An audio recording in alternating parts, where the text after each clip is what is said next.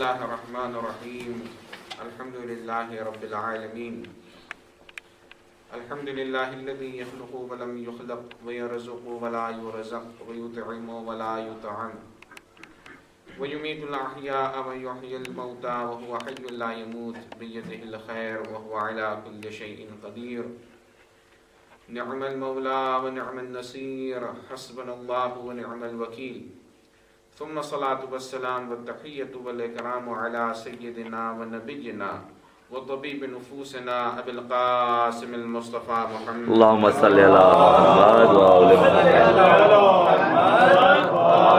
محمد وعلى آله الطيبين الطاهرين المعصومين المظلومين الهداة المهديين الذين أذهب الله عنهم الرجس وطهرهم تطهيرا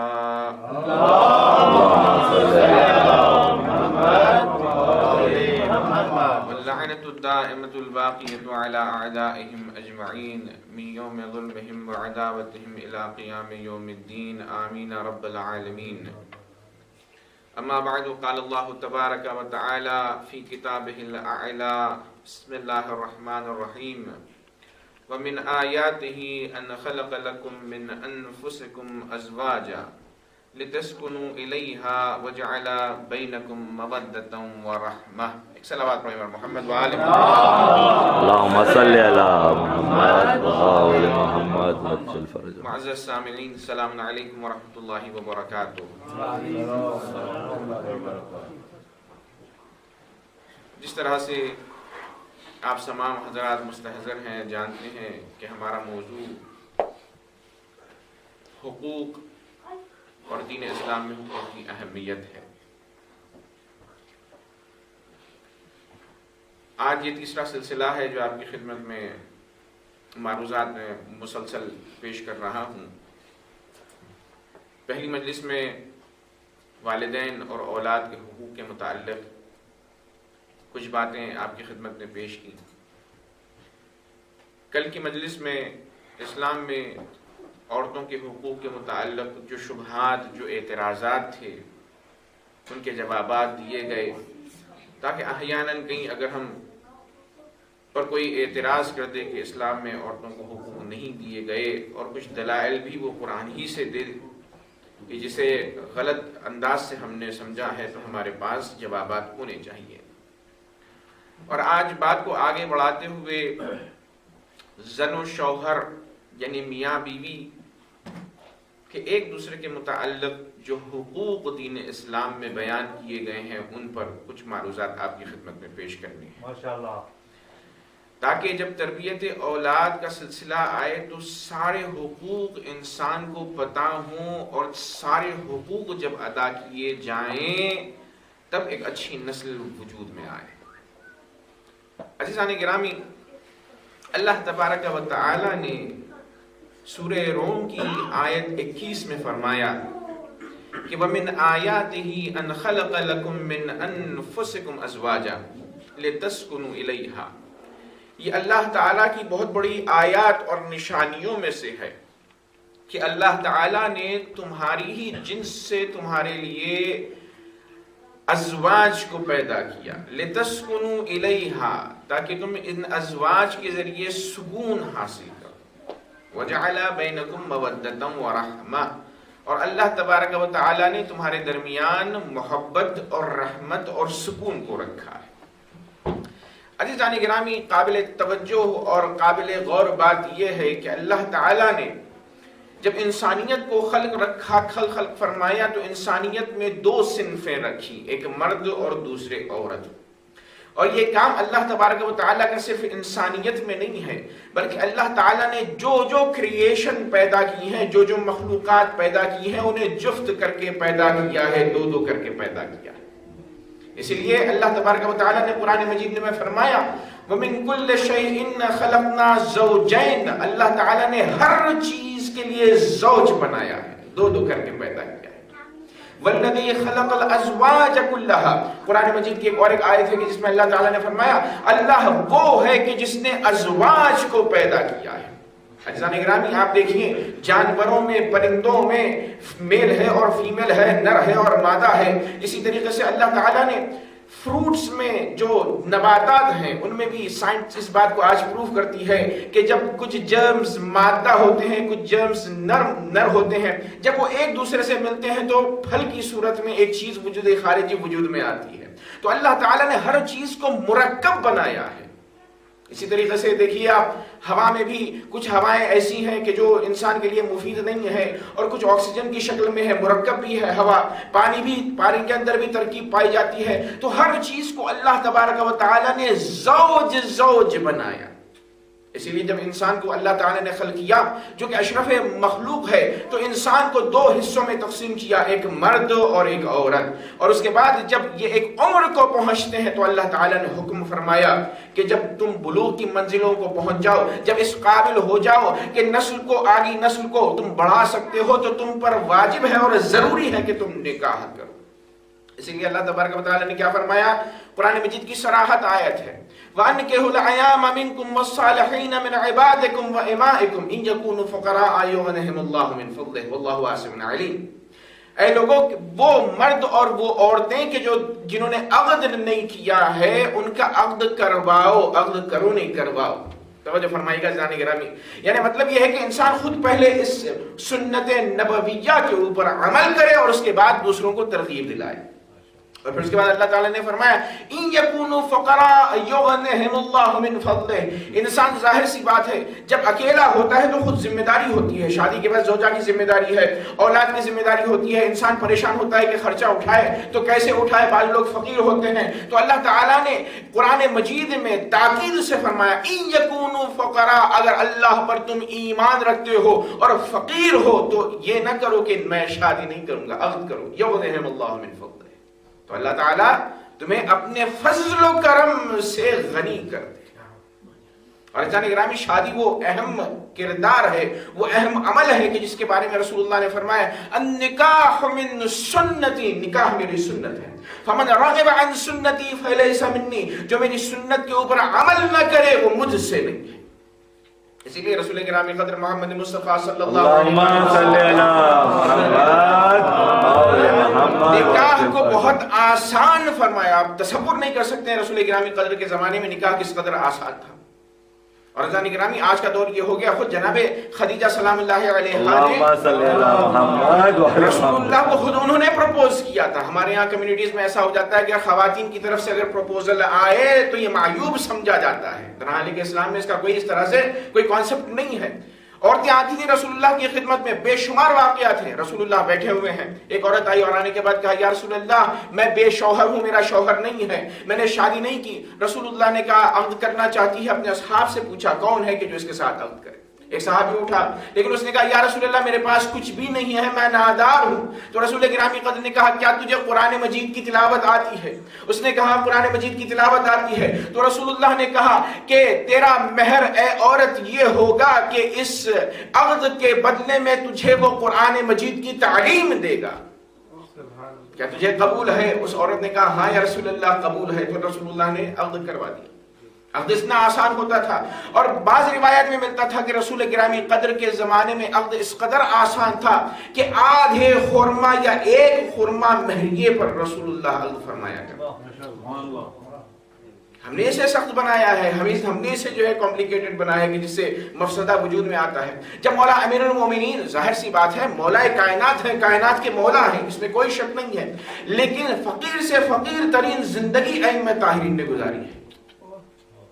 یہ ائمہ طاہرین کا کمال ہے، سارے کون و مکان کے اوپر جو ہے اختیارات حاصل ہیں، لیکن اس کے باوجود بھی انسان ایسی زندگی گزارے کہ جو سادہ ترین زندگی ہو۔ اسی لیے ہم اپنے ایک امام کو کیا کہتے ہیں؟ یا غریب الغربا، اے غریبوں کے غریب۔ ائمہ طاہرین علیہ السلام چاہتے تو بہترین زندگی گزار سکتے تھے، لیکن مولا امیر المومنین نے جو روٹی کھائی ہے ویسی روٹی دنیا میں کسی اور نے نہیں کھائی۔ فضان گرامی جب مولا امیر المومنین پروپوزل لے کر آئے ہیں، شرمائے ہوئے بیٹھے ہیں، رسول اللہ سمجھ چکے ہیں، جبرائیل بھی خبر دے چکے ہیں، کہا اے علی رشتہ لے کر آئے ہو میری دختر کے لیے؟ کہا ہاں یا رسول اللہ، دبتے ہوئے الفاظ میں کہا مہر کے لیے کیا ہے؟ کہا تین چیزیں ہیں میرے پاس، ایک اونٹ ہے، ایک تلوار ہے اور ایک زرہ ہے۔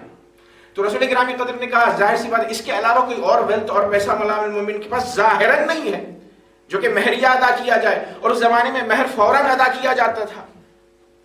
جیسے آج کل ہوتا ہے کہ ہم مہر مثال کے طور پر وعدہ کر لیتے ہیں اور وعدہ کرنے کے بعد پھر بعد میں منا لیتے ہیں، مہر نہیں دیا جاتا ہے.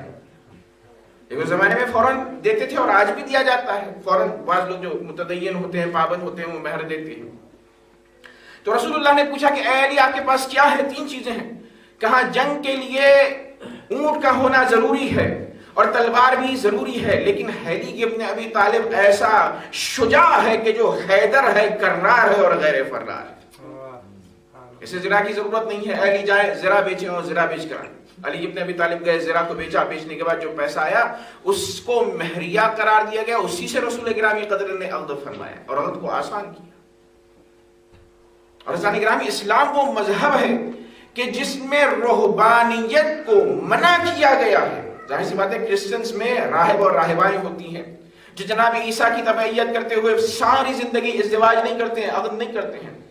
اور رہبانیت کی ابتدا کہاں سے شروع ہوئی تھی؟ کرسچن جو یہ عبادت میں ازدواج کو اور عقد کو چھوڑ دیتے ہیں. تو رہبانیت لفظ جو عربک زبان میں ہے وہ رہبہ، رہب سے آیا ہے، جس کے معنی یہ ہے کہ اللہ تعالیٰ کا خوف اپنے وجود میں پیدا کرنا.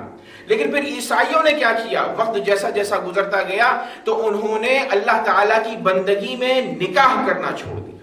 تو رہبانیت شروع ہو گئی، جس کی طرف اللہ تبارک و تعالیٰ نے قرآن مجید میں ارشاد فرمایا وَرَهْبَانِيَّةً نِبْتَدَعُوهَا مَا كَتَبْنَاهَا عَلَيْهِمْ إِلَّا ابْتِغَاءَ رِضْوَانِ اللَّهِ فَمَا رَعَوْهَا حَقَّ رِعَایَتِهَا. کیا مطلب؟ اللہ تعالیٰ نے کہا کہ جو انہوں نے رہبانیت وجود میں لائی ہے یہ لوگ، اللہ تعالیٰ نے ان سے نہیں کہا کہ تم شادی نہ کرو. تو یہ جو کانسیپٹ شروع ہوا تھا راہب اور راہبہ کا، شروع میں اللہ تعالیٰ کے لیے اپنی زندگی کو وقف کر دینا چاہتے تھے، لیکن اللہ تعالیٰ نے کیا کہا؟ فَمَا رَعَوْهَا حَقَّ رِعَایَتِهَا. لیکن اس کام میں انہوں نے رعایت نہیں کی، افراط تفرید کا جو ہے شکار ہو گئے. اور شروع اسلام میں کچھ لوگ ایسے ہوتے تھے اور آج بھی ہیں، وہ یہ کہتے ہیں کہ مثلا آپ ان سے کہیں کہ عقد کیجیے گا، نکاح کیجیے گا، عمر چلی جا رہی ہے، تو کہا کہ کیا ہم بیکار ہیں؟ ہم مذہب پر اتنا عمل کرتے ہیں کہ عقد کرنے کی ضرورت نہیں ہے. یہ کانسیپٹ اس زمانے میں بھی تھا اور آج بھی ہے. لکھنے والے لکھتے ہیں کہ ایک عورت آئی امام جعفر صادق علیہ السلام اور آنے کے بعد اس نے کہا یبن رسول اللہ، میں نے اپنی زندگی کو اللہ کے لیے وقف کر دیا ہے. تو امام نے کہا کیا مطلب؟ ذرا وضاحت کرو، ایکسپلینیشن دو. اس نے کہا میں نے عقد نہیں کیا ہے اور اپنی زندگی کو میں نے صرف کر دیا ہے اسلام کے لیے. امام نے دیکھا، مسکرایا اور کہا کہ اگر عقد نہ کرنا، نکاح نہ کرنے میں فضیلت ہوتی تو یہ کام فاطمہ الزہرا سلام اللہ علیہا کرتی.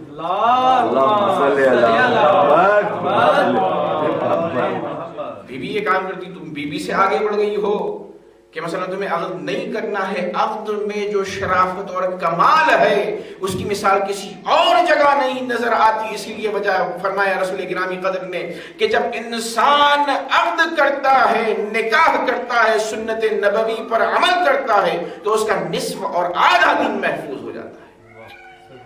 من تزوج فقد احرز نصف دینہ فلیتق اللہ فی النصف الآخر. جو نکاح کرے اس کا آدھا دن محفوظ ہو گیا اور آدھے دن کے لیے اس کو تقویٰ اور پرہیزگاری کے ذریعے اس کو فلفیل اور پورا کرنا ہے. ایک صلوات پڑھیں پر محمد و آل محمد. اب عزیزان گرامی جب عقد ہو گیا تو یہاں سے حقوق شروع ہوتے ہیں. کچھ ریسپانسبلٹیز مرد کی ہیں، کچھ ریسپانسبلٹیز عورتوں کی ہیں. جہاں تک مردوں کی ذمہ داری کا سوال ہے تو رسول گرامی قدر محمد مصطفیٰ صلی اللہ علیہ وسلم مرد کی ذمہ داری کے لیے کہا. ایک عجیب حدیث ہے رسول گرامی قدر کی، خیرکم خیرکم خیرکم خیرکم لأہل وانا خیرکم لأہلی.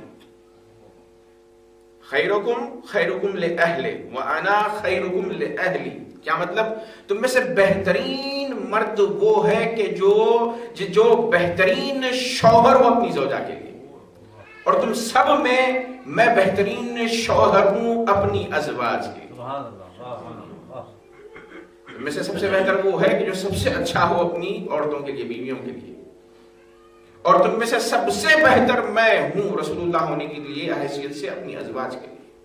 اور عزیزان گرامی ایک مرتبہ حضور فرماتے ہیں کہ جبرائیل نے اس قدر اپنے رسول اللہ کو ان کی ازواج کے سلسلے میں وصیت کی سفارش کی کہ حضور فرماتے ہیں کہ مجھے کہیں گویا یہ محسوس ہونے لگا کہ جس طرح ماں باپ کو اف تک نہیں کہا جا سکتا ہے، زوجہ کو اف نہیں کہا جا سکتا ہے۔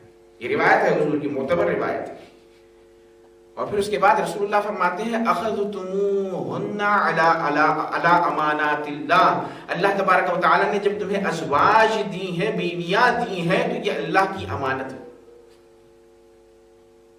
ظاہر سی بات ہے عورتوں کا اختیار کس کے ہاتھ میں ہے؟ گھر میں جو ہے لیڈر کون ہوتا ہے؟ مرد ہوتا ہے، تو اختیار مردوں کو دیا گیا ہے، اور مردوں کو اختیار جو دیا گیا ہے اخذتموہن علی امانات اللہ، اللہ کی امانت کو مردوں کے سپرد کیا گیا ہے۔ اسی لیے روایت میں ملتا ہے کہ جب رسول اکرم محمد مصطفیٰ صلی اللہ علیہ وآلہ وسلم بی بی فاطمہ الزہرا سلام اللہ علیہا کا ہاتھ مولا علی کے ہاتھ میں رکھا تو ایک جملہ فرمایا تھا، یا علی ہذہ ودیعۃ اللہ و ودیعۃ رسولہ محمد، اے علی ابن ابی طالب یہ اللہ کی امانت ہے فاطمہ الزہرا کہ جسے میں تمہارے سپرد کر رہا ہوں، اور یہ اللہ کے رسول محمد صلی اللہ علیہ وآلہ وسلم، اس کا خیال رکھنا۔ اور عزیزان گرامی، جب ہم نمونے کے طور پر اپنے ائمہ علیہ السلام کی زندگی کو دیکھتے تو یہ نمونہ عمل ہے ہمارے لیے، یہ آئیڈیل ہے ہمارے لیے۔ اللہ تعالیٰ نے فرمایا لقد کان لکم فی رسول اللہ اسوۃ حسنہ، رسول اللہ تمہارے لیے نمونہ عمل ہے، یعنی اس نمونے کو دیکھتے جانا ہے اور اس طرح سے عمل کرتے جانا ہے۔ اور اس کے بعد اللہ تعالیٰ نے صرف رسول کو نہیں بلکہ آنے والے جتنے بھی ائمہ سب کے سب نمونہ ہے، چونکہ نفس رسول اللہ ہے، نفس رسول اللہ ہے۔ تو عزیزان گرامی، مولا امیر المومنین کا رویہ کیسا تھا؟ خود فرماتے ہیں، توجہ کیجئے گا، مولا امیر المومنین کہتے ہیں میں نے پوری زندگی کبھی بھی فاطمہ الزہرا سلام اللہ علیہا سے اپنی زوجہ سے کوئی زبردستی کام نہیں کروایا کہ جس پر وہ راضی نہ ہو۔ مولا امیر المومنین فرماتے ہیں، اور کسی بھی بات کو لے کر میں نے فاطمہ الزہرا سلام اللہ علیہا کو ناراض نہیں کیا۔ عزیزان گرامی، یہ آیت تطہیر کی منزل پر ہے، کمال کی اعلیٰ منزلتوں پر ہے کہ فاطمہ الزہرا کو کسی کام پر مجبور نہیں کیا کہ جسے وہ پسند نہ کرتی، اور کبھی ناراض نہیں کیا۔ عزیزان گرامی، لکھنے والے یہ لکھتے ہیں، اور پلٹ کر فاطمہ الزہرا سلام اللہ علیہ نے کبھی بھی زندگی میں شکوے کا موقع نہیں دیا۔ اور یہی وجہ ہے کہ جب بی بی کی وفات ہوئی ہے، شہادت واقع ہوئی ہے، تو ایک مرتبہ جب جا رہے تھے وصیت فرمانی، تو ایک مرتبہ اخلاقاً بی بی نے یہ کہا کہ اے علی ابن ابی طالب میں نے آپ کی خدمت کی ہے شوہر ہونے کی حیثیت سے، ابن عم ہونے کی حیثیت سے، کیا اگر کوئی فریضہ رہ گیا ہے کہ جسے میں نے ادا نہیں کیا؟ تو امام نے کہا استغفر اللہ ربی واتوب الیہ، اگر کوئی خطا ہو گئی ہو تو مجھے معاف فرمائے۔ تو ایک مرتبہ مولا امیر المومنین نے کہا اے فاطمہ الزہرا آپ کی شان خطا سے اعلیٰ و رفع ہے، آپ اور خطا کا کیسا اجتماع ہو سکتا ہے؟ امام نے بتایا نہ میں نے کبھی اذیت پہنچائی، نہ آزار پہنچائی، نہ کسی کام پر مجبور کیا، اور بی بی نے کبھی کسی چیز کی ڈیمانڈ اور مولا امیر المومنین کو گویا ظاہری اعتبار سے تکلیف میں نہیں ڈالا۔ روایت یہ لکھتی ہے کہ جب بھی مولا امیر المومنین گھر میں آتے تھے تو مولا امیر المومنین کا ازدواجی ماحول ایسا تھا کہ گھر میں گھر کے جو کام ہوتے تھے اس میں مولا امیر المومنین پوری طرح سے پارٹیسپیٹ کرتے تھے۔ حیدر کرار جنگ میں تلواریں چلانے والا، لیکن جب گھر پہ ہوتے تھے تو گھر میں جھاڑو لگایا کرتے تھے، یہ لکھا گیا ہے۔ اور فاطمہ الزہرا بی بی کے ساتھ اپنی زوجہ کے ساتھ بیٹھ کر دالوں کو صاف کیا کرتے تھے۔ یہ ہمارے اور آپ کے آقا اور مولا ہے۔ اور عزیزان گرامی، ہمارے یہاں معاشرہ جب ازواج کا حقوق آتا ہے، اسلام میں عورتوں کو بہت حقوق دیے گئے ہیں، یہ مسلمان ہیں، یہ ہم ہیں کہ جو حقوق کو چھین جاتے ہیں، جس کی وجہ سے دشمنوں کو موقع ملتا ہے، کہتے ہیں کہ عورتوں کو ظلم کیا جاتا ہے، عورتیں بھی چونکہ سمجھتی نہیں ہیں اسلام کو، مرد بھی اس کا اسلام کا مس یوز کرتے ہیں، اس وجہ سے جو ہے بات کو اسلام کے ہاتھ کھاتے میں رکھ دیا جاتا ہے۔ مثلا مثال کی فرض کیجئے، چھوٹی چھوٹی باتوں پر ہماری کمیونٹیز میں جو میاں بیوی کے درمیان اختلافات ہوتے ہیں، لڑائی جھگڑے ہوتے ہیں، ہاتھا پائی ہو جاتی ہے، مار پیٹ ہو جاتی ہے۔ میں نے ایسے ایسے خانوادے دیکھے ہیں کہ جہاں پر مرد نے عورت کے اوپر ہاتھ اٹھایا، عورت نے بھی پلٹ کر ہاتھ اٹھایا، دیکھنے میں آیا ہے کمیونٹیز میں۔ اور پھر اس کے بعد جیسے ہی مرد ہاتھ اٹھاتا ہے تو فوراً اپنے پروف کے لیے قرآن مجید کی آیت ان کے پاس موجود ہوتی ہے۔ کون سی آیت؟ جس میں اللہ تبارک و تعالیٰ نے کیا فرمایا؟ واللاتی تخافون نشوزہن فعظوہن واہجروہن فی المضاجع وضربوہن وہ عورتیں کہ جو ناشزائیں ہیں ان کو مارو. وَضْرِبُوهُنَّ قرآن مجید نے لکھ دیا ہے مارو. تو اب مرد نہیں رہتا جب تک کہ وہ عورت کے اوپر ہاتھ نہ اٹھائے. وَضْرِبُوهُنَّ قرآن مجید کی آیت ہے مارو عورتوں کو. اور اس میں انفارچونیٹلی ہمارے استاد اور آیت اللہ کرباسی بھی خود اس بات کو کہتے ہیں کہ چونکہ اسلام کے مبین مرد تھے، اسلام کے بیان کرنے والے مرد تھے، اس وجہ سے انہوں نے کچھ آیتوں کو اپنے مطلب سے انٹرپریٹیٹ کیا ہے. وَضْرِبُوهُنَّ آیت لکھی بھی مارو، اس وجہ سے جو ہے کہتے ہیں تنبیہ کی میں. حالانکہ شروع کی آیت اور آخر کی آیت جو تفصیل ہے کوئی نہیں پڑھتا ہے. کلو وشربو کھاؤ پیو، ولا تسرفو کو چھوڑ دیا، اسراف نہ کرو، کھاؤ پیو بس. قرآن مجید کی کیا آیت ہے؟ واللاتی تخافون نشوزہن. توجہ کیجیے گا اس آیت کے اوپر. وہ عورتیں کہ جو ناشزہ ہیں، ناشزہ کا مطلب عورت کے اوپر ایک واجب ہے جو میں ممبر سے بیان نہیں کر سکتا، آپ سمجھتے ہیں جو شادی شدہ افراد ہیں، ظاہر سی بات ہے ایک واجب ہے عورت کے اوپر. اگر وہ واجب عورت عطا نہیں کرتی ہے جو کہ مرد کی تسکین کا سبب ہے، تو اس ایسی عورتوں کو ناشزہ کہا جاتا ہے. ناشزہ صرف وہ واجب کے جو عورت پر ہے، ایک واجب، اسے اگر وہ عورت نہیں انجام دیتی ہے تو اسے ناشزہ کہا جاتا ہے. تو اللہ تعالیٰ نے کیا کہا؟ واللاتی تخافون نشوزہن. اگر کوئی عورت ناشزہ ہو گئی تو ہمارے یہاں تو ناشزہ کا جو ہے اس کو فائنڈ کرنا کہ یہ قانون اس پر امپلیمنٹ ہوتا ہے یا نہیں ہوتا ہے، یہ بھی مشکوک عمل ہے. ہم جسے ناشزہ کہتے ہیں وہ ناشزہ نہیں ہوتی ہے. واللاتی تخافون نشوزہن. اگر کوئی ناشزہ بھی ہو جائے تو اللہ نے کیا کہا؟ فعظوہن، تو انہیں پہلے مرحلے میں نصیحت کرو. واہجروہن فی المضاجع. اور پھر اس کے بعد اللہ تعالیٰ نے کہا کہ اگر نصیحت، اگر حقیقی معنی میں کوئی عورت ناشزہ ہے، نصیحت کا اس پر عمل نہیں ہو رہا ہے، تو وَاحْجُرُوهُنَّ فِي الْمَضَاجِعِ، سوتے وقت بستر سے چہرے کو موڑ.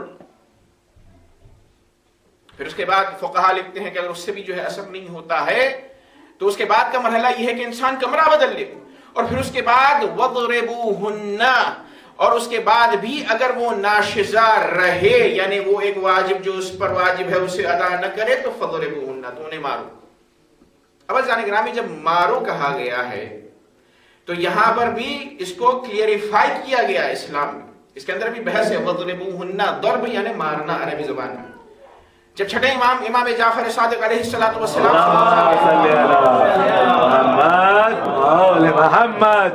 کہ اللہ تعالیٰ کیسے یہ حکم دے سکتا ہے کہ عورتوں کو مارا جائے، تو امام نے فرمایا کہ یہ وہ مارنا نہیں ہے کہ جو تم جنگ میں جا کر یا مردوں کے ساتھ ہاتھا پائی کرتے.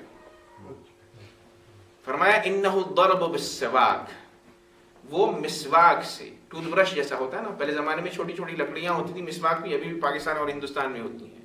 اس سے تھوڑا سا ناراضگی کا انسان اظہار کر دے اور اس سے جو ہے مثلا اس طرح سے اس کو کرے، بات ختم ہوگی. اور وہ بھی اس کے اندر کرائٹیریا ہے کہ اگر آپ مسواک سے ناراضگی کا، مثلا انسان کسی کو جو ہے دھکا دے دیتا ہے، دھکا بھی نہیں دینا، ہو سکتا ہے انسان گر جائے، تو ناراضگی کا ایسے اظہار ہو مسواک سے، اس انداز سے جو ہے مار کے ناراضگی کا اظہار کیا جائے کہ اس کے اندر نہ جلد جو ہے لال ہو نہ سرخ پڑے، اس کا نشان نہیں ہونا چاہیے، وگرنہ دیت ہے. اور پھر اس کے بعد یہ ایک انٹرپریٹیشن ہے کہ مارنے کے معنی میں ضرب کو مارنے کے معنی میں لیا جائے. لیکن ضرب عربی زبان ایک ایسی زبان ہے کہ جس میں ایک لفظ کے کئی معنی ہوتے ہیں. مثلا اسد شیر کو بھی کہا جاتا ہے اور پہلوان شخص کو بھی کہا جاتا ہے. مثلا عین آنکھ کو بھی کہا جاتا ہے اور عین چشمے کو بھی کہا جاتا ہے. بہت سارے الفاظ ہیں قرآن مجید میں جس کے مختلف معنی سیاق و سباق سے بدلتے جاتے ہیں. تو اللہ تعالیٰ نے کہا فَضْرِبُوهُنَّ، تو انہیں مارو. تو اس میں علماء کرام یہ کہتے ہیں کہ یہاں پہ ضرب سے مراد فزیکل ٹارچر نہیں ہے، فزیکل مارنا نہیں ہے، بلکہ اللہ تبارک و تعالیٰ یہ کہنا چاہتا ہے کہ انہیں ان کے حال پر چھوڑ، انہیں حال کے اوپر چھوڑ. عزیزان گرامی توجہ فرمائیے گا،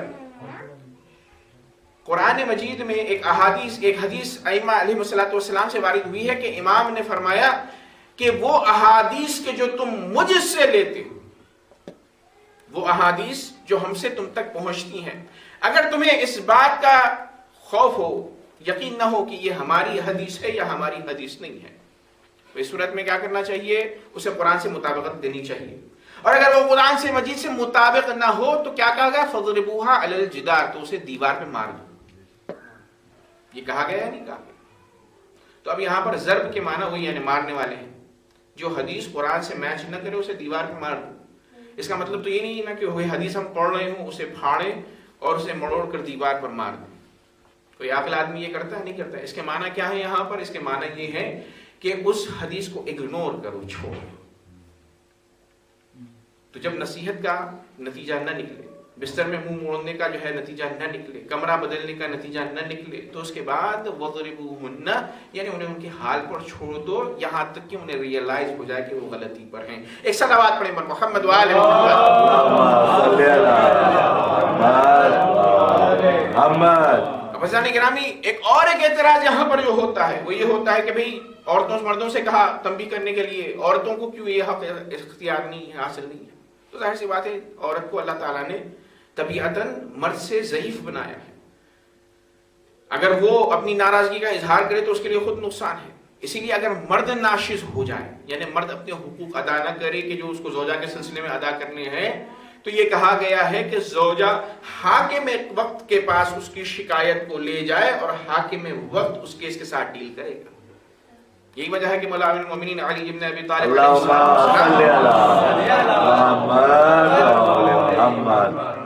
کے پاس ایک عورت آئی اور آنے کے بعد کہا کہ شوہر میرے حقوق ادا نہیں کرتا ہے. تو مولا امیر المومنین نے اسے سمجھایا. جب نہیں سمجھا تو تلوار سے ڈرایا اسے، یہاں تک کہ وہ راہ راست پر آ گیا.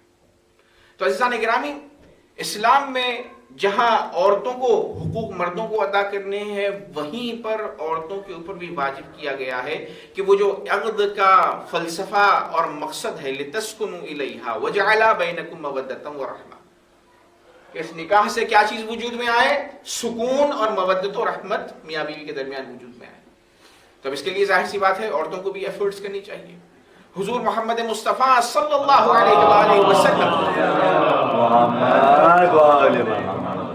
کے پاس ایک عورت آئی. میں نے مختصراً عرض کیا تھا گزشتہ مجلس میں آنے کے بعد، کہا یا رسول اللہ ہم جہاد نہیں کر سکتے ہیں، ہم جمعے کی نماز میں نہیں جاتے ہیں، ہم جماعت میں نہیں جاتے ہیں، ہم تشییع جنازہ میں نہیں جاتے ہیں، ہم بڑی بڑی مسجدوں میں شرکت نہیں کر سکتے، تو ہمارے یہاں ہم بہت سارے اعمال سے محروم ہیں، جہاد جیسا ثواب ہمیں نہیں ملتا. تو حضور مسکرائے اور مسکرانے کے بعد کہا کہ نہیں، تمہیں ثواب جہاد کا دیا گیا ہے. وَجِهَادُ الْمَرْأَةِ حُسْنُ التَّبَعُّلِ، اور عورت کا جہاد یہ ہے کہ وہ اچھی طرح سے شوہرداری کرے. اسی لیے فقہاء یہ کہتے ہیں کہ عورت کی جو ذمہ داری ہے اسے پوری طرح سے پوری زندگی مرد کی خدمت میں، اس کی اولاد کی خدمت میں ہونا چاہیے. یہی اس کے لیے جہاد ہے. اسی میں اللہ تبارک و تعالیٰ نے اسے جہاد کا ثواب رکھا ہے. یہی وجہ ہے کہ فقہاء لکھتے ہیں کہ مثلا فرض کیجئے مرد اگر کسی مسجد میں جا کر نماز پڑھ کر اس مسجد کا ثواب حاصل کرنا چاہے تو اس کو جانا پڑے گا چل کر. لیکن اگر عورت کسی بھی مسجد کی نیت کر کے گھر میں نماز پڑھے، مثلا مسجد الحرام میں حضور کی نیت سے گھر میں نماز پڑھے، تو اللہ تعالیٰ گھر میں ہی اسے ثواب دیتا ہے. لیکن اس کا مقام گھر ہے، شوہرداری میں ہے. اور عزیزان گرامی، بہت ساری روایتیں ہیں کہ جو عورتوں کو ازواج کی، شوہروں کی خدمت کی طرف رغبت دلاتی ہیں. ایک دو روایتیں آپ کی خدمت میں پیش کروں گا. آپ کے اور ہمارے چھٹے امام جعفر صادق علیہ السلام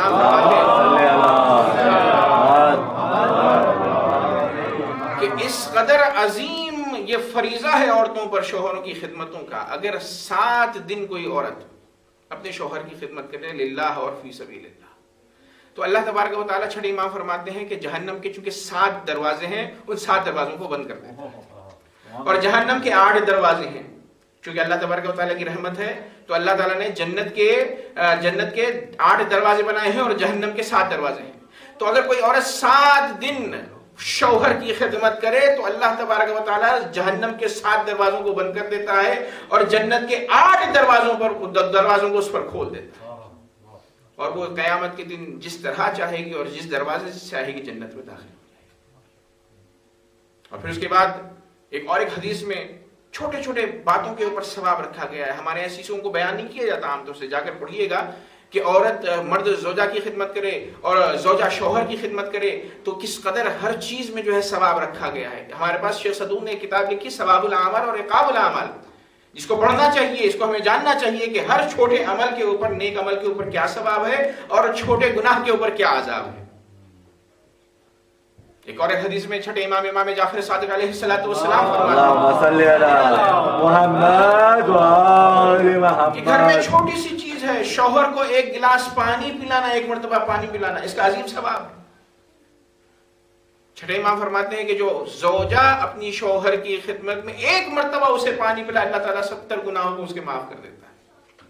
جنت میں اس کے لیے ایک شہر بناتا ہے اللہ تبارک و تعالیٰ، اور اسے 1 سال عبادت کا ثواب ملتا ہے. توجہ فرمائیے گا، یہ روایات معتبر روایات ہیں. 1 سال عبادت کا، اور کیسی عبادت کا کہ ایسی عبادت کہ گویا اس نے دن میں روزے رکھے ہوں اور رات میں رات بھر جا کر عبادت کی. اللہ تعالیٰ نے ریوارڈ رکھا ہے. اور یہی جہاد ہے. جب مرد جہاد پر جاتا ہے تو کیا ہوتا ہے؟ اگر شہید کر دیا گیا، ہر زخم کے اوپر جو ہے جزا ہے. اگر شہید ہو گیا، مر گیا تو سیدھے جنت میں چلا جاتا ہے. اگر واپس پلٹ کر آئے تو سارے گناہ معاف ہو جاتے ہیں. تو عورت کے لیے شوہرداری میں جہاد ہے کہ جس سے اس کے مراتب بڑھتے جاتے ہیں، جنت میں مرتبوں کا حصول ہوتا جاتا ہے اور گناہ جھڑتے جاتے ہیں. ایک صلوات پڑھیں بر محمد.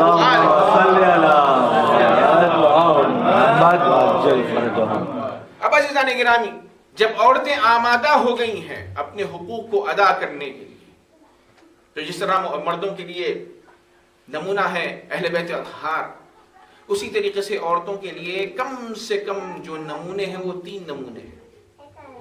ایک صلوات پڑھیں بر محمد. اللہم صلی علی محمد وآل محمد. پہلا نمونہ، پہلا آئیڈیل ہمارے لیے جناب خدیجہ الکبریٰ سلام اللہ علیہ خواتین. اللہم صلی علی محمد. جب رسول اسلام نے میسج اسلام کا وہ لے کر آئے تھے تو تاریخ سب جانتے ہیں کہ سارے کفار مخالف تھے. صرف اور صرف رسول گرامی قدر کے ساتھ جو لوگ ساتھ تھے ظاہری طور پر اور جا کر بیت اللہ الحرام میں نماز جماعت سے ادا کرتے تھے، مولا علی تھے اور جناب خدیجہ الکبریٰ. مال کے ذریعے اور زبان کے ذریعے پوری طریقے سے پروٹیکشن دیا، اپنے سارے مال کو اپنے شوہر کے اوپر نچھاور کیا. یہ ایک نمونہ ہے کہ جس کے عوض میں اللہ تبارک و تعالیٰ نے اس عظیم مرتبے پر انہیں فائز فرمایا جناب خدیجہ کو کہ وہ سارے ائمہ علیہم السلام کی جدہ قرار پائے. سبحان اللہ سبحان اللہ. اللہ تعالیٰ نے بڑا عظیم، اسی لیے حضور نے فرمایا کہ جناب خدیجہ کا 4 عظیم عورتوں میں شمار ہوتا ہے کہ جن کے مرتبے کو کوئی نہیں پہنچ سکتا ہے. جناب خدیجہ، جناب فاطمہ الزہرا، جناب آسیہ، اور پھر اس کے بعد جناب سارہ. یہ وہ بیویاں ہیں کہ جو ممتاز ترین ہیں، اور ان میں بھی سرداری جناب فاطمہ الزہرا سلام اللہ علیہا کو حاصل. اللہم صلی علی محمد. یہ ایک نمونہ ہے عورتوں کے لیے کہ کس طرح انہوں نے خدمت کی رسول اللہ کی. دیکھیں دوسرا نمونہ جناب ایوب کی زوجہ ہے کہ جن کا نام تاریخ میں رحمہ لکھا گیا ہے. جناب ایوب اللہ تبارک و تعالیٰ کے پیغمبر، انہوں نے پوری زندگی خدمت کی، اللہ کا شکر ادا کرتے تھے. نعم العبد انه اواب انا وجدناه صابرا. جناب ایوب وہ ہیں کہ جن کو اللہ تعالیٰ نے کہا ہم نے اسے صبر کرنے والا پایا. یعنی اللہ تعالیٰ اگر کسی کو سرٹیفکیٹ دے کہ یہ صابر ہے اور اس کا تذکرہ قرآن مجید میں سند کے طور پر ہو تو آپ سوچیے کس قدر اس کا صبر زیادہ ہوگا. لیکن جو آپ کی زوجہ تھی رحمہ، شیطان ایک مرتبہ آیا، اللہ تعالیٰ سے کہا کہ جناب ایوب کو آپ نے باغات دیے ہیں، اتنے سارے فرزند ہیں، اتنے سارے حیوانات ہیں، اتنی لگژری زندگی وہ گزارتے ہیں، یہ ساری چھین لیں، پھر اس کے بعد میں دیکھتا ہوں شکرانلہ اور الحمدللہ کرتے ہیں یا نہیں کرتے. ساری چیزوں کو اللہ تعالیٰ نے کہا ٹھیک ہے شیطان، اگر تو چاہتا ہے اور تو یہ جتلانا چاہتا ہے کہ یہ میرا بندہ پختہ نہیں ہے تو ٹھیک ہے، تو خود دیکھ لے، مجھے تو پتا ہے میرا بندہ کیسا ہے. اولاد ساری کی ساری مر گئی، سارے باغات جل گئے، سارا جو ذخائر تھا، مال تھا، سب ختم ہو گیا. یہاں تک کہ جناب ایوب اس قدر بیمار پڑے کہ ان کی بیماری کو طوالت 18 سال تک رہی. 1-2 دن نہیں، 18 سال تک بیمار رہے، لیکن ہمیشہ شکریہ ادا کرتے تھے اللہ تبارک و تعالیٰ. یہ 18 سال وہ 18 سال ہیں کہ جن میں جناب رحمہ نے اپنے شوہر کو لمحہ بھر بھی نہیں چھوڑا.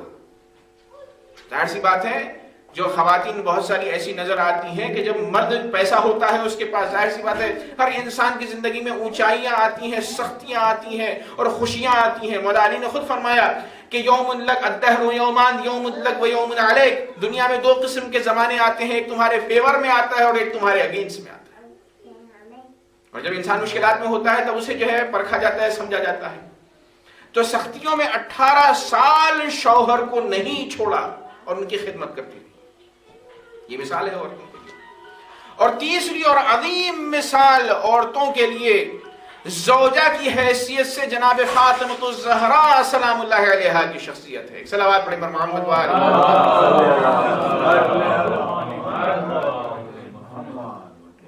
بڑا عظیم مرتبہ ہے بی بی کا۔ عورتوں کو نمونے کے طور پر بی بی کی زندگی کو دیکھنا چاہیے، اپنے سامنے رکھنا چاہیے آئیڈیل کے طور پر۔ اس لیے کہ جب بابا کے گھر سے نکل کر بی بی آئی ہیں اور ایک رات شب زفاف کے بعد مولا علی سے رسول اللہ نے پوچھا کہ تم نے میری بیٹی کو کیسا پایا، کیف وجدت اہلک، تو جواب دیا نعم العون علی طاعت اللہ، بہترین مددگار اللہ کی اطاعت کرنے، نعم العون علی طاعت اللہ، اللہ تبارک و تعالیٰ کی اطاعت میں بہترین مددگار۔ اور عزیزان گرامی، اس قدر بی بی نے مولا امیر المومنین کی خدمت کی ہے کہ واقعا نمونہ ہے بی بی۔ روایت میں ملتا ہے کہ جیسے بھی کسی بھی جنگ سے تھک ہار کر مولا امیر المومنین آتے ہیں، غور کیجئے گا، اکثر یہ ہوتا ہے کہ مرد 8-9 گھنٹے کام کرنے کے بعد 12 گھنٹے کے بعد کام کرنے کے بعد جیسے ہی گھر پر آتا ہے استقبال نہیں ہوتا، اعتراضات ہونے لگتے ہیں، فلاں چیز نہیں آئی تھی، فلاں چیز چاہیے تھی۔ ظاہر سی بات ہے انسان جب تھک کر آتا ہے 8-9 گھنٹے کام کر کے تو اس کی دلجوئی چاہیے، اس کا استقبال چاہیے۔ روایت میں ملتا ہے کہ مولا امیر المومنین جب بھی جنگ پر جاتے تھے تو جنگ سے آنے کے بعد استقبال کرتی تھیں اور مولا سے بجائے کہ وہ خود باتیں کریں جنگ کے متعلق پوچھتی تھیں، اور جہاں پر شجاعت کے مظاہر ہوتے اس پر مولا امیر المومنین کو تشویق کرتی تھیں، انہیں واہ واہ کہتی تھیں۔ اسی لیے اس قدر خدمت کی کہ مولا امیر المومنین کون ہے؟ مشکل کشائے جہان ہے یا نہیں ہے؟ مشکل کشائے جہان ہے، لیکن فاطمہ الزہرا وہ ہیں کہ جو مشکل کشائے علی ابن ابی طالب۔ کیوں؟ اس لیے خوشنودی ہے بی بی فاطمہ الزہرا سلام اللہ علیہا، بلندتر صلوات۔ اس لیے کہ خود مولا امیر المومنین فرماتے ہیں وَلَقَدْ كُنْتُ أَنْظُرُ إِلَيْهَا فَتَنْكَشِفُ عَنِّي الْهُمُومُ وَالْأَحْزَانُ، جب بھی میں بی بی کو دیکھتا ہوں، جب کبھی بھی حزن و غم میں ہوتا ہوں، حزن و غم میں یعنی ظاہر سی بات ہے انسان تھکا ہوتا ہے، بعض وقت حالات ایسے ہوتے ہیں، ظاہر سی بات ہے خلافت کی چھیننا، یہ سارا کچھ، تو ایسے مواقع پر مولا فرماتے ہیں کہ جب بھی میں اس حالت میں بی بی کو دیکھتا تھا تو میرے سارے غم و غصہ دور ہو جاتا۔ فَتَنْكَشِفُ عَنِّي الْهُمُومُ وَالْأَحْزَانُ، یہی وجہ ہے کہ مولا امیر المومنین نے فرمایا کہ رسول اللہ میری زندگی میں 2 ارکان ہیں، تیسرا رکن خود میں ہوں۔ ارکان کہتے ہیں وہ چیز کہ جس کے اوپر عمارت کھڑی ہوتی ہے، ایک رکن رسول اللہ ہے اور دوسرے رکن فاطمہ الزہرا سلام اللہ علیہا۔ اللہم صلی علی محمد۔ اور جیسے ہی بی بی کی شہادت واقع ہوئی انہوں نے کہا کہ میں نے اپنے دونوں ارکان کھو دیے ہیں، مولا نے فرمایا ہے میں نے اپنا عظیم اور رکن کھو دیا ہے۔ اور کبھی بھی کسی بھی معاملے میں جس طریقے سے خواتین اپنے شوہروں کے اوپر احیاناً بعض اوقات زبردستی کرتی ہیں، کہتی ہیں کہ بھئی کسی نہ کسی طرح سے یہ چیز مجھے چاہیے ہے، وہ اسے کے لیے پرووائڈ کر سکتا ہے یا پرووائڈ کر سکتا ہے، ان کی جو ہے معاملہ نہیں ہے۔ اور بعض مسائل ایسے ہوئے ہیں کہ مومنین آئے ہیں، انہوں نے کہا مولانا ہمارے کریڈٹ کارڈ سے اس قدر جو ہے یہ خرچ کیا گیا کہ وہ میں قرضوں میں جو ہے پڑ گیا۔ اور پھر ایسی خواتین جب شوہر اعتراض کرتے ہیں بھئی آپ اکارڈنگ ٹو مائی انکم آپ جو ہے خرچہ کیجئے، تو وہ پلٹ کر کہتی ہے نہیں میری ذمہ داری ہے اور اسلام میں جو ہے لکھا ہوا ہے کہ وہ ادا کی ہے۔ کہاں لکھا گیا ہے کہ انسان جو ہے بوجھ بنے اپنے شوہر کے اوپر؟ اور عزیزان گرامی وہ بیویاں کہ جو اپنے شوہروں کے اوپر اس معاملے کو لے کر سختی برتتی ہیں، ان کو بیوی کی زندگی کو دیکھنا چاہیے کہ پوری زندگی میں بیوی نے کسی ایک وقت مولا علی سے یہ نہیں کہا کہ مجھے یہ چیز چاہیے، ایک وقت تاریخ میں کوئی موقع لا کر آپ بتا دیجیے. روایت میں ملتا ہے کہ ایک مرتبہ امیر المومنین جب گھر آئے ہیں تو بی بی سے کہا گھر میں کچھ کھانے کے لیے ہے؟ تو بی بی نے کہا 3 دن سے گھر میں فاقے ہو رہے ہیں، کچھ نہیں ہے. تو کہا بی بی آپ مجھے بتاتی، بتانا چاہیے، تو ظاہر سی بات ہے شوہر کے اوپر وظیفہ ہے. کردار دیکھیے. تو فرمایا انی لا استحی من الہی ان اکلف نفسک ما لا تقدر علیہ، میں اللہ سے حیا کرتی ہوں، شرم کھاتی ہوں کہ آپ سے اس چیز کا تقاضا کروں کہ جس کی وجہ سے آپ مشقت میں پڑ جائیں. ظاہر ہے مولا کائنات ہے، مشقت میں تو نہیں پڑنے والے، لیکن اس میں درس ہے ہمارے لیے. میں کوئی چیز ایسی آپ سے نہیں مانگ سکتی کہ جس میں جو ہے آپ کو جو ہے مشقت ہو. روایت میں ملتا ہے کہ مولا امیر المومنین گئے باہر، جیسے یہ سنا بی بی سے، ایک قرض لیا 1 دینار، آگے بڑھ رہے تھے تو آگے بڑھنے کے بعد یہ دیکھا کہ مقداد ہیں. مقداد کا چہرہ کا رنگ اڑا ہوا ہے. مولا نے کہا مقداد کیا ہوا؟ کہا میرے گھر میں بھی 3 دن سے جو ہے کھانا نہیں ہے. تو مولا نے کہا یہ دینار ایک لے کے چلے. انفاق کی منزل وہ منزل ہے کہ انفاق کی اہل بیت اطہار کی منزل پر کوئی نہیں پہنچا. کہا لے کر چلا جائیے 1 درہم و دینار. اور پھر اس کے بعد اب چونکہ گھر نہیں جا سکتے تھے، آگے مسجد. رسول اللہ کے ساتھ جو ہے نماز ظہر عصر مغرب پڑھی اور رسول اللہ نے کہا اے علی کیا مہمان نہیں چاہتے ہو اپنے گھر؟ گھر میں علی کے 3 دن سے کچھ کھانا نہیں ہے. اب رسول اللہ سے کہیں تو کیسے کہیں کہ کھانا نہیں ہے؟ ظاہر سی بات ہے خوش رہیں، احترام ہے، رسول اللہ ہے. رسول اللہ آپ ہمیشہ ہمارے لیے جو ہے اہلاً و سہلاً، آپ ویلکم ہیں، تشریف لائیے. تو لے کر گئے. لکھنے والے یہ لکھتے ہیں کہ جیسے ہی مولا امیر المومنین گھر میں وارد ہوئے، بہترین غذا کی خوشبو. جا کر دیکھا تو بی بی نماز پڑھ رہی ہیں، اور نماز جب پڑھ رہی ہیں بی بی تو دوسری طرف دیکھا کہ جنت سے خوان اترے ہیں. تو پوچھا کہ یہ کھانا کہاں سے آیا؟ تو رسول اللہ مسکرائے، کہا کہ اے علی 1 درہم و دینار کے انفاق کا یہ اجر ہے، اور آپ تو فخر مریم و زکریا ہیں. آپ دو اللہ تعالیٰ نے فرمایا کلما دخل زکریا کلما دخل علیہا زکریا المحراب وجد عندها رزقا. جب بھی زکریا جناب مریم کے کمرے میں داخل ہوتے تھے تو وہاں پر وہ رزق الہی پاتے تھے جو جنت سے خوان کی صورت میں نازل ہوتا. بر محمد بولے محمد بلند صلوات.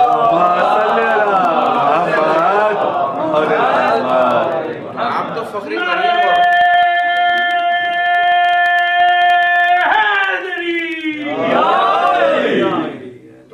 آپ تو فخر مریم اور زکریا ہیں.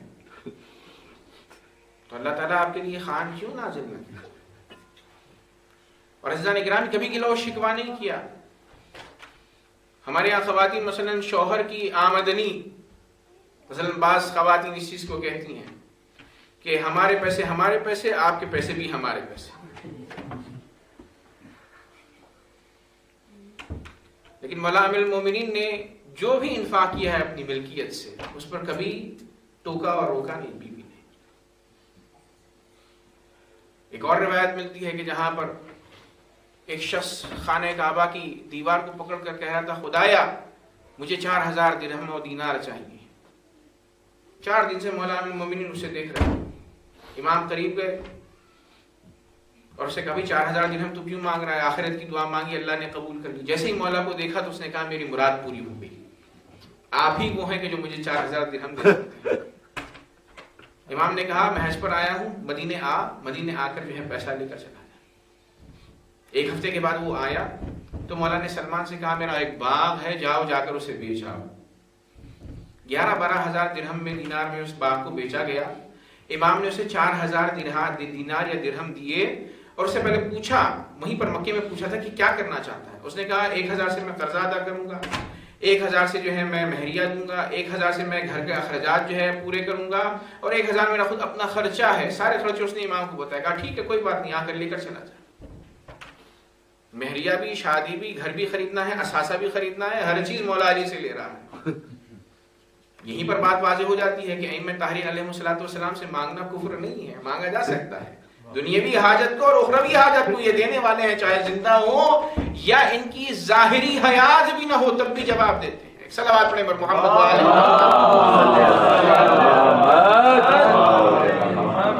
وہ مدینے آیا تو سلمان سے کہا باغ بیچو، باغ بیچ ہی دیا۔ مولا علی نے 4 درہم و دینار جو بھی تھے اسے دیے، دینے کے بعد اب جب وہ چلا ہے تو امام نے کہا رک جا، چونکہ تجھے میں نے وہاں پر تیری ضرورت کو پورا نہیں کیا تھا، تجھے آنے جانے کا خرچہ ہوا ہے، یہ 40 درہم اور لے کر جا تاکہ میرے اوپر تیری منت نہ ہو۔ پیسہ اسے دے دیا، کہا آنے جانے کا کرایہ تو لے کر جا۔ جب وہ گیا تو اس نے قصیدہ پڑھا مولا کا، مولا نے تو بڑا انفاق کیا ہے، سارے مدینے کے فقراء جمع ہو گئے، سبائے علی ابن ابی طالب نے ایک ایک مشت کر کے سب کو دیا، سارے کا سارا پیسہ خرچہ ہو گیا۔ دامن کو جھاڑ کے علی اٹھے، آئے گھر پہ، پوچھا بی بی سے کھانے کے لیے کچھ ہے یا نہیں ہے؟ کہا نہیں ہے، کچھ نہیں ہے۔ پھر گئے قرضہ لیا۔ اس روایت میں بھی ملتا ہے کہ 1 درہم و دینار جو بھی لیا تھا، مقداد پھر نظر آئے، مقداد بھی فقیر ہے، ظاہر سی بات ہے، فقر کا عالم تھا اس زمانے میں، سخت زمانہ تھا اصحاب کے لیے، تو وہ انہیں دے دیا۔ پھر اس کے بعد جب گھر میں آئے تو رسول گرامی قدر آئے اور دیکھا حسنین علیہ السلام بھوکے ہیں، گھر میں بھوک کو احساس کیا جا رہا ہے، چہرے سے عیاں ہے کہ انسان بھوکا ہے۔ تو مولا امیر المومنین نے سے پوچھا کھانے کے لیے کچھ نہیں ہے؟ یہ 7 درہم و دینار لو، کوئی چیز باہر سے جا کر اسے جو ہے خرید لو۔ مولا امیر المومنین کو رسول اللہ نے 7 درہم و دینار دیے، وہ لے کر باہر چلے آئے۔ ایک سوال نے سوال کیا کوئی ہے کہ جو اس فقیر کی مدد کرے؟ تو وہ پیسہ بھی اللہ کی راہ میں انہوں نے دے دیا۔